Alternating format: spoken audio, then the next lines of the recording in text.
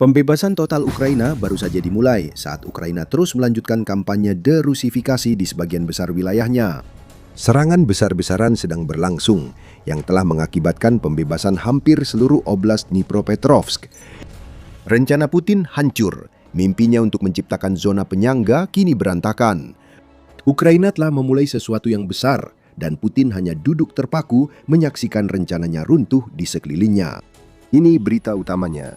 Ukraina telah membebaskan hampir seluruh wilayah yang diklaim telah direbut Rusia di Dnipropetrovsk. Itu menurut Mayor Jenderal Oleksandr Komarenko yang memimpin Direktorat Operasional Utama Staf Umum Ukraina. Pada wawancara 10 Maret, dia menyatakan Ukraina hampir menyelesaikan serangan balasan di Dnipropetrovsk. Dan yang tersisa hanyalah menangani beberapa sisa pasukan Putin sebelum mendapatkan kembali kendali penuh atas sektor tersebut. Hampir seluruh oblast Dnipropetrovsk telah dibebaskan, kata Komarenko. Kami hanya perlu menuntaskan tugas di 3 permukiman kecil dan membersihkan 2 lainnya. Pekerjaan terakhir itu sedang berlangsung saat kita berbicara, dan jika beberapa minggu terakhir telah menunjukkan sesuatu kepada kita, pasukan Putin yang lumpuh akan disingkirkan dalam waktu dekat. Mereka tidak punya pertahanan, mereka tidak punya rencana. Yang tersisa bagi mereka hanyalah kematian, luka, atau ditangkap, seperti yang sering terjadi di Dnipropetrovsk sejak serangan balasan Ukraina pada Februari lalu. Serangan balasan itu memberi hasil luar biasa. Saat Rusia berupaya masuk lebih jauh ke Donetsk dan Zaporizhia, mereka bermaksud menjadikan wilayah yang dikuasai di Dnipropetrovsk sebagai zona penyangga untuk menghalangi bantuan Ukraina. Nanti kita bahas mengapa hal itu penting, khususnya terkait serangan musim semi musim panas yang direncanakan dan disembunyikan Putin. Namun Ukraina telah melihat rencana ini dan segera bertindak. Sejak Februari, menurut laporan pers Euromaidan, Ukraina telah melakukan sejumlah besar operasi ofensif di Poros Oleksandrivsk yang merupakan titik pertemuan antara Dnipropetrovsk dan Zaporizhia. Dorongan Rusia ke poros ini hingga akhir 2025 menunjukkan niat Rusia memakai persimpangan ini sebagai penyangga. Ukraina telah membalikkan semuanya. Menurut Komarenko, Ukraina telah merebut kembali lebih dari 400 km persegi selama operasi ini dan terus berupaya merebut lebih banyak lagi. Ukraina memperkuat kendali atas wilayah ini menurut pers Euromaidan dan melakukan penyisiran di banyak area yang telah dibebaskan untuk membersihkan sisa-sisa pasukan penyusup Rusia. Ini adalah derusifikasi nyata dan Putin tak bisa berbuat banyak terhadap pasukan serbu udara dan darat Ukraina yang dikerahkan untuk serangan balasan ini. Itu menunjukkan bagaimana Ukraina mencapai kemajuan besar. Dalam laporannya soal komentar Komarenko, Kyiv Post juga menyebutkan pasukan serbu gabungan serta mencatat jenderal itu menegaskan operasi ini sangat terencana dan terarah yang dilakukan oleh Ukraina. Operasi ofensif ini sudah direncanakan dan melewati semua prosedur persetujuan, koordinasi, dan sebagainya, klaim Komarenko. Dia juga mengatakan, ya, saya ulangi, bentuk peperangan berubah. Isi operasi, pertempuran, dan aksi tempur pun berbeda. Saat ditanya apakah situasi di Ukraina sekarang adalah operasi ofensif penuh terhadap Rusia, ini adalah poin penting. Bukan hal yang jarang bagi Ukraina untuk membebaskan wilayah yang telah direbut Rusia. Ini telah terjadi berulang kali selama 4 tahun terakhir. Biasanya saat Ukraina merebut kembali desa kecil atau sebidang wilayah saat ada peluang. Apa yang terjadi di Dnipropetrovsk berbeda. Ini adalah upaya terkoordinasi selama beberapa minggu untuk menderusifikasi seluruh wilayah itu. Dorongan ini hampir selesai dan kita akan segera membahas mengapa hal ini sangat penting. Koordinasi terlihat dari aksi pasukan udara dan darat yang bersama-sama melakukan penyisiran di semua permukiman yang telah dibebaskan Ukraina. Kyiv Post menyebut brigad mekanis yang menjaga sektor Dnipropetrovsk juga terlibat dalam aksi ini. Mereka kemungkinan telah mengubah diri dari unit defensif menjadi unit ofensif seiring dengan berlangsungnya penyisiran tersebut. Logikanya sederhana, pasukan penyerang masuk ke wilayah pendudukan atau zona abu-abu untuk melakukan derusifikasi. Brigade mekanis yang sebelumnya mencoba mempertahankan wilayah ini kemudian menjadi bagian dari dorongan tersebut, sehingga membuat Ukraina semakin mudah merebut wilayah. Dan Ukraina benar-benar berhasil merebut wilayah dengan kecepatan yang luar biasa. Komarenko menyatakan 400 km persegi yang dibebaskan Ukraina bukan hanya soal derusifikasi. Setiap kilometer persegi jadi sinyal ke Putin bahwa Ukraina mampu melakukan hal yang diinginkan Rusia, bahkan lebih baik dari Rusia sendiri. Karena tindakan aktif ini, kami mengalami dinamika positif di Februari. Komarenko menyatakan lebih banyak wilayah telah dibebaskan dibanding yang hilang, didukung data dari Institut Studi Perang atau ISW. Dalam analisisnya pada 3 Maret tentang kampanye ofensif Rusia, ISW mengungkapkan sepotong informasi yang akan membuat Putin marah besar atas ketidakmampuan total para tentaranya. Untuk pertama kalinya sejak serangan balasan musim panas 2023, Ukraina merebut lebih banyak wilayah dari Rusia dibandingkan wilayah yang diambil Rusia dari Ukraina. Pernyataan ini mencakup Februari dan ISW secara terbuka mengakui kemungkinan meremehkan kemajuan Ukraina dibandingkan angka 400 dan 460 km persegi yang disebut Ukraina. Metodologi pemetaan ISW meremehkan kemajuan Ukraina karena ISW menggambarkan sejauh mana kemajuan Rusia yang dinilai paling jauh. ISW menyatakan hal ini berlaku sampai cukup banyak bukti sumber terbuka muncul untuk memungkinkan ISW menilai dengan yakin bahwa pasukan Rusia tidak lagi menguasai posisi-posisi ini. Pada 3 Maret dipastikan bahwa antara 14-20 Februari, Ukraina memperoleh keuntungan bersih 33 km persegi atau 12,7 mil persegi. Artinya, Ukraina membebaskan 33 km persegi lebih banyak dibandingkan yang direbut Rusia dalam periode itu. Kita melihat hasil yang bahkan lebih baik selama minggu berikutnya antara 21 hingga 27 Februari ketika ISW menyatakan bahwa Ukraina memperoleh 57 km persegi atau 22 mil persegi. Dan sekarang ketika kita sudah memasuki pertengahan Maret, serangan penuh ini telah merebut lebih banyak wilayah lagi.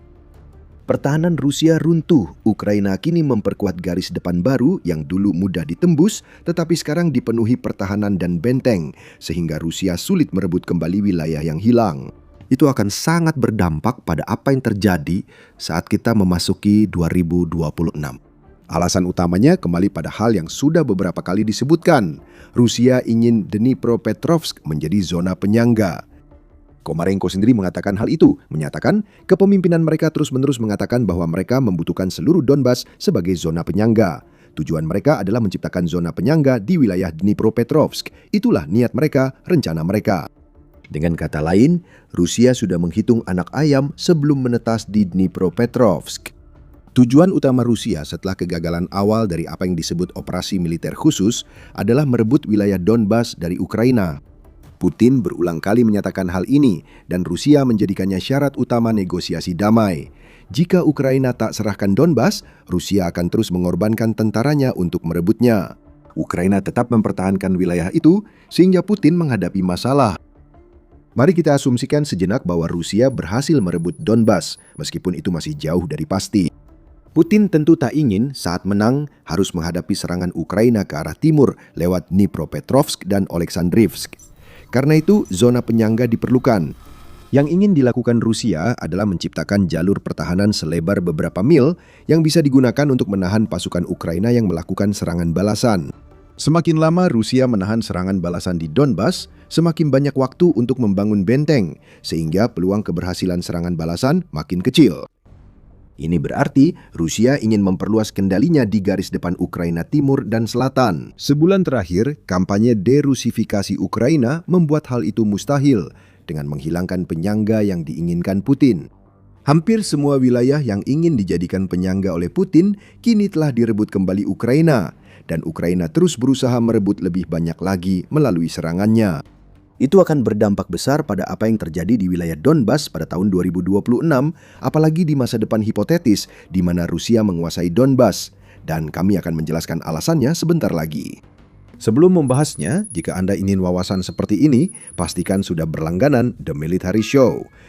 Kami membahas ini tiap minggu, mengapa kemenangan besar Ukraina di Dnipropetrovsk merugikan Rusia, selain karena mereka menghentikan Putin menciptakan zona penyangga untuk masa depan yang belum pasti. Salah satu jawabannya adalah serangan penuh, menandakan Ukraina kini memegang semua inisiatif di medan perang.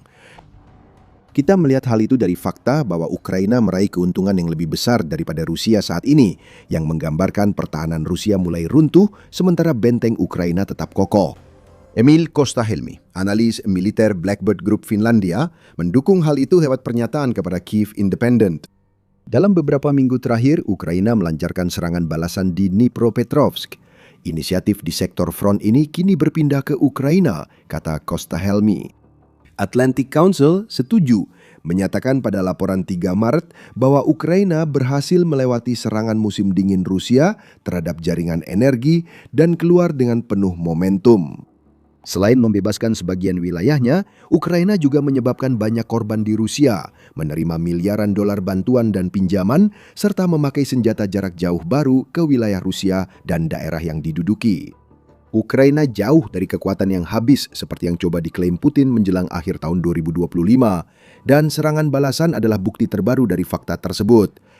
Ukraina juga berupaya memanfaatkan momentum ini seperti yang dibuktikan oleh Menteri Pertahanan negara tersebut, Mikhailo Fedorov, yang menetapkan target 50.000 korban Rusia per bulan yang harus dicapai pada akhir tahun 2026. Ini bukan tindakan negara yang sekarat di medan perang. Jadi kita bisa melihat serangan habis-habisan Ukraina sebagai sinyal kepada Putin dan siapapun yang mempercayai kebohongan terus-menerus yang keluar dari mulut Presiden Rusia itu. Negara yang kalah tidak merebut lebih banyak wilayah dari negara-negara yang seharusnya mengalahkan mereka. Itulah yang terjadi di Dnipropetrovsk dan sekitarnya beberapa bulan terakhir. Dan sekarang, dengan senjata seperti hibrida rudal drone Flamingo yang sudah digunakan, serta Ukraina yang memperkuat dan memperluas zona pembunuhannya, tahun 2026 tampaknya akan menjadi tahun di mana Rusia kehilangan lebih banyak daripada yang pernah terjadi, apapun keuntungan yang berhasil mereka raih di Ukraina. Kita juga melihat serangan balasan Ukraina memaksa Rusia mengalihkan sumber daya dari tujuan utamanya di Donetsk. Kita akan kembali ke poin itu di akhir video. Namun saat membahas Donetsk, kita juga perlu membicarakan rencana Rusia untuk musim semi dan musim panas 2026. Sebuah serangan akan datang. Rusia telah mempersiapkan serangan terbarunya sejak akhir tahun 2025 melalui serangan artileri dan drone yang berkelanjutan di seluruh garis depan, bersama dengan serangan jarak jauhnya terhadap infrastruktur logistik dan energi Ukraina. Tujuannya memaksa Ukraina mengerahkan bala bantuan sebelum siap yang justru malah dipaksakan Ukraina kepada Rusia lewat serangan balasannya. The New Voice of Ukraine memuat komentar dari analis militer Alexander Kovalenko yang menyatakan bahwa rencana Rusia untuk musim semi dan musim panas 2026 tampaknya adalah melakukan dorongan ke wilayah selatan Donbas. Artinya, pasukan mereka bergerak di perbatasan Donetsk dan Zaporizhia, tepat di persimpangan Oleksandrivsk yang telah disebutkan sebelumnya. Rusia juga ingin maju ke kota-kota sabuk benteng di Donetsk, terutama Sloviansk dan Kramatorsk, untuk mulai meruntuhkan garis pertahanan terakhir Ukraina di Donetsk. Namun bahkan sebelum serangan balasan Ukraina, tampaknya tidak mungkin Rusia bisa meraih keuntungan sebesar yang mereka harapkan dari aksi-aksi mereka di pertengahan tahun 2026. Kovalenko mengatakan masih belum jelas apakah mereka bisa melakukan kampanye ofensif skala penuh di sektor ini pada musim semi, musim panas. Dorongan yang direncanakan pada musim semi dan musim panas ini juga membawa kita kembali ke wilayah zona penyangga yang sudah kita bahas sebelumnya. Kita melihat zona penyangga dalam konteks Rusia yang telah merebut Donbas, yang berarti mereka akan melindungi wilayah tersebut. Namun, Rusia kemungkinan masih perlu 2 tahun lagi untuk mencapai tahap itu dan memerlukan zona penyangga saat berusaha maju ke Donetsk dan Zaporizhia. Politico melaporkan bahwa situasi ideal bagi Putin adalah zona penyangga terbentuk sebelum musim semi 2026 karena bisa mendukung operasi ofensif Rusia di Donetsk dan Zaporizhia. Bala bantuan untuk Ukraina akan terhambat di zona penyangga jika rencana Rusia berjalan lancar. Pada gilirannya, hal ini akan membuat pasukan Ukraina yang berada di wilayah yang ingin direbut Rusia menjadi terisolasi dari bantuan. Ini akan menjadi strategi yang cerdas jika Rusia mampu melaksanakannya. Namun seperti sering terlihat di Ukraina, gagasan besar Rusia dan kenyataan kemampuan pasukannya di medan perang sangat berbeda. Rusia pasti tetap akan menekan di Donetsk, memang harus begitu. Pada titik ini, merebut oblast itu dan dengan demikian menyelesaikan penaklukan wilayah Donbas telah menjadi satu-satunya tujuan yang bahkan bisa setengah realistis dicapai oleh Putin. Rencana Rusia lain yang terungkap awal Maret melibatkan penembusan lebih jauh ke Zaporizhia dan, lucunya, mengingat apa yang kini kita ketahui, Dnipropetrovsk kini tampak seperti fantasi yang diciptakan Putin. Namun, dorongan ke sabuk benteng Donetsk harus dilakukan saat Ukraina bisa memperkuat pertahanannya di oblast itu. Zona penyangga Dnipropetrovsk bertujuan mencegah hal itu. Setelah zona itu hilang, Ukraina memperkuat pertahanan yang dulu dianggap Rusia sudah dikuasai. Pasukan Putin telah dipukul mundur atau dalam banyak kasus dimusnahkan sepenuhnya. Jika Putin ingin menciptakan zona penyangga yang berperan besar dalam rencananya untuk Donbas, Ia harus mengorbankan waktu dan tentara untuk merebut kembali wilayah yang sebelumnya dianggap dikuasai Rusia. Ini membawa kita ke alasan lain mengapa serangan habis-habisan terakhir Ukraina di Dnipropetrovsk sangat penting. Ini membuat kekacauan terhadap rencana apapun yang dimiliki Rusia untuk personelnya. Kami sudah menyebut bahwa tujuan Rusia membuat zona penyangga adalah agar Ukraina mengalihkan sumber dayanya ke Dnipropetrovsk, membuka peluang di Donbas dan mungkin wilayah lain di Ukraina. Ukraina justru menggunakan unit serangan udara dan darat kecil, serta unit mekanis dan kawanan drone untuk operasi pencarian dan penghancuran sistematis di Dnipropetrovsk. Hal itu berhasil merebut kendali wilayah yang sebelumnya hanya dikuasai unit infiltrasi Rusia secara longgar. Dengan tugas itu hampir selesai, Ukraina telah membalikkan keadaan. Bukan Ukraina yang harus mengalihkan sumber daya, melainkan Rusia. Komarenko menjelaskan makna hal ini bagi Rusia saat membahas keberhasilan Ukraina di Dnipropetrovsk, Poros, Oleksandrivsk. Sektor tersulit tetap Pokrovsk dan Oleksandrivsk, di mana musuh memusatkan upaya utamanya. Namun, kami perlahan menstabilkan situasi berkat tindakan aktif kami, lapor Komarenko kepada media United 24. Dia menambahkan, jumlah serangan musuh di sekitar Pokrovsk Mirnohrad agak berkurang karena pasukan mereka dialihkan ke arah Poros Oleksandrivsk. Putin terpaksa mengerahkan pasukan yang awalnya untuk merebut wilayah kunci di Donetsk kembali ke poros yang sebelumnya dianggap aman. Itu bukan rencananya. Semua seharusnya berjalan berbeda, tapi penyangga kini sudah hilang. Ini berarti Rusia kini harus mengorbankan tentara yang dikirim ke Ukraina demi mendorong ke Donetsk dalam operasi berbeda. Itu adalah hal terakhir yang diinginkan Putin ketika Rusia sudah kesulitan mendapatkan personel yang dibutuhkan untuk melakukan serangan yang telah direncanakan untuk musim semi dan musim panas. Menurut Moscow Times, pada 2 Maret, Rusia sangat putus asa memperkuat pasukan hingga mulai mengirim surat kepada orang tua dari perempuan muda dari Asia Tengah. Surat-surat itu berisi tawaran bagi putri-putri para orang tua tersebut dengan Rusia bersedia membayar $26.000 untuk 1 tahun dinas militer. Dan yang memperparah keputusasaan Rusia, tawaran ini diberikan pada perempuan muda Asia yang dipenjara. Artinya, Putin menargetkan mereka yang dianggap rentan demi menarik lebih banyak orang ke perannya. Ini adalah hal yang tidak akan pernah dilakukan oleh negara yang jelas-jelas sedang memenangkan perang. Perempuan umumnya tidak bertugas di garis depan untuk Rusia, meski sebelumnya ada beberapa tentara perempuan yang ditempatkan sebagai tenaga medis. Jadi, fakta bahwa Rusia membuat tawaran seperti ini kepada orang tua narapidana, jangan lupa, menunjukkan bahwa mereka tidak mendapatkan tentara dan personel pendukung yang dibutuhkan di Ukraina. Ini mungkin terkait dengan fakta bahwa Ukraina kini menyingkirkan lebih banyak tentara per bulan dibanding Rusia mampu merekrut, membuat Putin menerima siapa saja demi mempertahankan ilusi kendali Rusia. Ilusi itu telah hancur oleh serangan balasan Dnipropetrovsk. Ukraina mengatur semuanya dengan sangat ahli. Ukraina memanfaatkan kelemahan Rusia di Dnipropetrovsk untuk membebaskan wilayah yang Putin kira dia kuasai. Putin kini harus memindahkan pasukan ke wilayah penyangga yang dianggap sudah dibentuknya, sehingga kerugian di garis depan bertambah dan kekuatan di Donbas berkurang. Sementara itu Rusia makin putus asa mencari tenaga tambahan, sedangkan Ukraina menjadi sangat efisien dalam menghapus pasukan itu dari peta. Musim semi dan panas tampaknya menjadi kegagalan bagi Rusia. Pada titik ini, Putin pasti sudah terbiasa dengan hal itu. Bagaimanapun juga, pasukannya benar-benar gagal menghentikan semua ini terjadi. Serangan balasan Ukraina bukanlah semacam manuver kilat yang dilakukan hanya dalam hitungan jam. Ukraina telah merebut kembali wilayah selama berminggu-minggu dalam sebuah kampanye terkoordinasi yang benar-benar dimulai pada awal Februari. Kami telah membahas awal dari apa yang kita lihat sekarang dalam sebuah video. Jadi silakan cek itu jika Anda ingin tahu lebih banyak. Jika Anda suka video ini, berlangganan The Military Show agar tidak ketinggalan liputan perang Ukraina. Terima kasih sudah menonton.